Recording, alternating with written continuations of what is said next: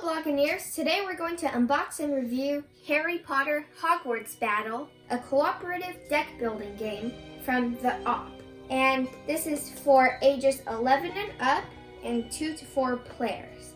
Just some background information that Harry Potter is my favorite book series, and I've read it twice, and I've watched like 4 or 5 of the movies. Okay, so we're going to unbox this game first. But wait, actually first let's read the back. So here's what the back looks like. Okay. So you can see that these are all the characters from the movies, and then there's also some locations and magic items. And I believe that there are a couple of expansions to this game. So if this looks interesting to you, you can purchase it at the link in the description. Okay. And we're gonna open it up. Hey.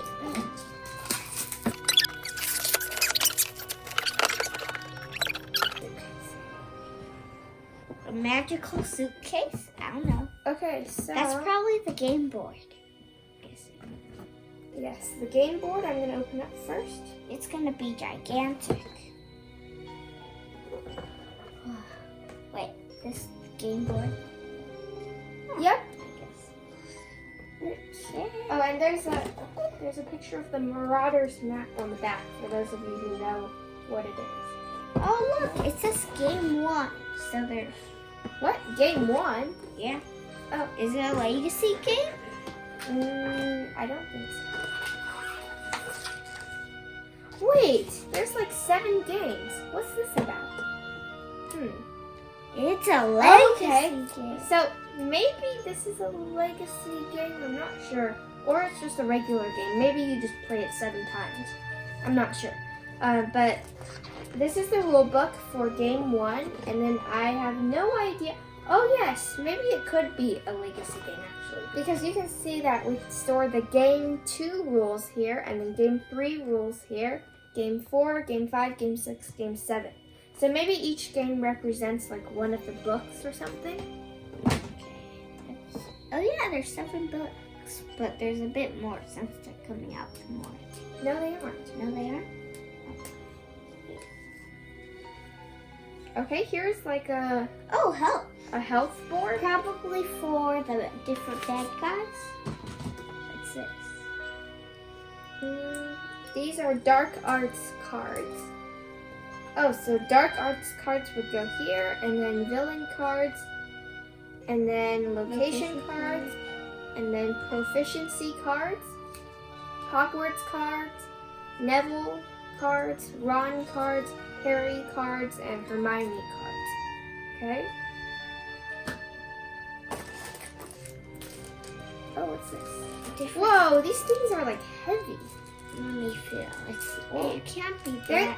They're not like cheap plastic.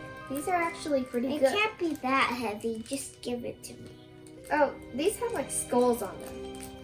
I think they're made of metal or something. Give me it. It can't be that heavy. You're gonna say it's not heavy. Yeah. Okay. And then my hand was so clumsy during that whole. Okay, and then over here there's some tokens. So it looks like there's energy tokens, there's heart tokens, and then there's Ministry of Magic tokens. Ooh, what's under? No, don't look under. Ha. Okay, and then for game 1 you would open up this packet. Game 2 is very skinny. Game 3, and then whoa, game 4 very big. Game 4 thick, so maybe a lot of new rules come. Then game 5, game 6, game 7. Oh yeah, how about the I was not expecting this to have like 7 games or whatever. So that was a surprise to me. And so maybe it is a legacy. I'm just gonna open the game 1 card. Sense. How about the villain? Oh yeah, the magic spell. Okay, so it looks like, oh, there's so many different stacks of cards. So this one's probably spell cards. Okay. And then, how about all the different kinds of heroes? Probably these cards. Yeah, it looks like there's a whole bunch of spell cards. Invisibility cloak. Oh, I guess these are items / spell cards. And then, What's the back? oh, these are maybe people cards because No. there's Hagrid. And then, Really? oh, more spell and item cards. How about the back? I think that's people cards. Oh, this one? This is location cards. Oh. So there's Diagon Alley, How about all the different heroes? the Mirror of Erised, and oh, and I guess people cards too. Where? I don't see. Here, look through them. Oh, and Hey, don't villain. put them out of order. No, I'm not. This was at the back. Oh yeah, and villain cards. Okay. Hey, I was still looking at it. All right. I was still looking at it. Okay. And then, all right. And that's about it. There's just a whole bunch of cards here. And of course, we don't want to look in the second and third and fourth and fifth and sixth. So. Yeah. So that is our unboxing, I guess, for the Harry Potter Hogwarts battle game. And yeah, there's like a lot of good stuff in here. So I guess for those of you Harry Potter fans, you might want to check this out. But we're going to go ahead and play this, and then we'll come back with our review and final thoughts. And we're back. So we played the first 2 levels of this game since Brother has only read the Sorcerer's Stone and the Chamber of Secrets, and we don't want to spoil anything from the 3rd book and beyond. First, we're going to tell you how to play the game.